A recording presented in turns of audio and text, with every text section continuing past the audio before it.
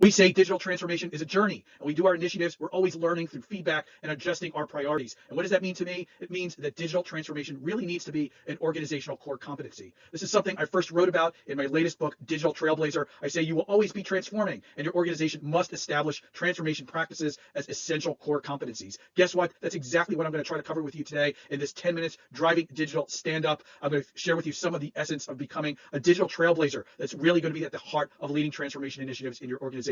I am Isaac Sacolick. I'm the author of Digital Trailblazer and Driving Digital. I'm the president of StarCIO. I've written over 900 articles around how it takes and what it takes to transform your organization. And today, I'm going to share the secrets of how to make digital transformation an organizational core competency. If you're going to make digital transformation a core competency, you need people who can lead digital transformation initiatives. I call these people digital trailblazers. And I know CIOs, CDOs, both digital and data, CTOs, they're always looking for people who can really transform the organization and lead an effort from planning, delivery, and then through transformation. And I know many more of you are looking to build up your skills and your confidence to lead digital transformation initiatives. Now, I first wrote about this obviously in my book, and this diagram comes from episode 45 of the Driving Digital Stand-Up. You can get to it at the URL above. And I find digital trailblazers can come from many different skill sets and parts of the organization. Business leaders, product managers, program managers, scrum masters, DevOps engineers, data scientists, and data governance specialists. All of you have the capability of leading a digital transformation initiative. And it comes down to becoming a driver of change, being able to become a lifelong learner, meaning you're always learning about new things, and you're innovating with tech and data. Your focus is really different than your typical program or product manager. And I'm going to share with you what that means.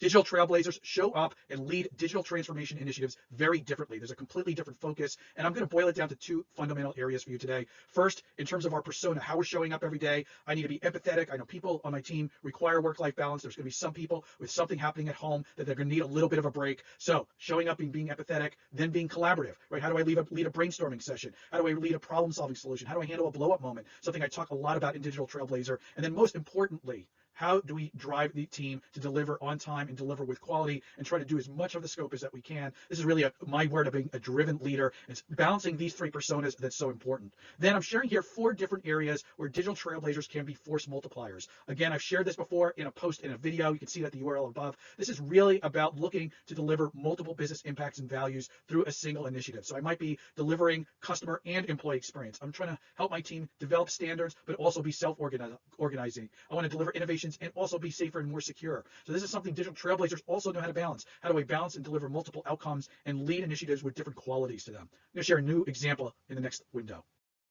So I know CIOs, CDOs, you need more digital trailblazers. And if you're leading initiatives, I have a feeling you want to become a digital trailblazer. So how do we make this successful? And I have a number of practices in this area. The first and most important one is to define what self-organization on an Agile team really means. And then when I'm leading a digital transformation initiative, I know where I have some freedoms to adjust my programs and where I'm going to create some standards. Now, if you're really small in your startup, you can afford to make mistakes. You have few standards, but I know very few organizations that truly can operate with complete flexibility like a startup. On the other extreme, if I think about regimented old school enterprises, I have a book of standards. I have to go through change controls. I have to define and develop things in a very specific way. There's one way of running a project. You're really going to stymie innovation. You're going to make it very hard for your digital trailblazers to maneuver. And what we're really trying to do is figure out what makes sense in your organization, right? How do we define a self-organizing team so your digital trailblazers can lead innovation and lead transformation? I'm going to share 2 examples that go into this definition. The first and foremost is figuring out, when you say innovation, do you really mean I want to go full throttle into innovation, or do we mean that we really need to balance this with other attributes of our delivery? Do we need to think about technical debt reduction, what it means to operate, what the day 2 model is around what we're building, and of course security and compliance functions that should be built in from the start, shifting left our mentality about when we're building this in. So when you think about self-organizing teams and you're thinking about how your organization is running, providing some guidance about how much innovation, how much tech debt reduction, what security needs to be put in place so that that digital trailblazer has some guidelines in terms of what it means to build, plan, and deliver a new capability. When I think about what we're trying to do, we're always trying to transform. I'm always trying to put a release out there. I'm trying to get in front of end users faster. I want to get feedback from them. When I look at my teams and I look at their sprints and releases, what that means is I need to be balancing their time. There are at least 3 different things that I need to do every single sprint. I need to be planning what I'm going to be doing next. I need to be delivering something at the end of the sprint of value that's going to go into my next release. And I'm going to be listening, right? What did I transform? What did I release last? What is the feedback from customers? And how does that adjust my requirements and priorities? Now, when you can take these 2 things, what you're spending your time on, what are your standards around compliance and security and operations, and how people are spending your time, we just put some flavor around that for your organization. Now you're creating some structure over what it means to be a self-organizing team, and you're providing some guidelines to your digital trailblazers about what it means to execute in your organization in a sustainable way that delivers collaboration, innovation, and transformation.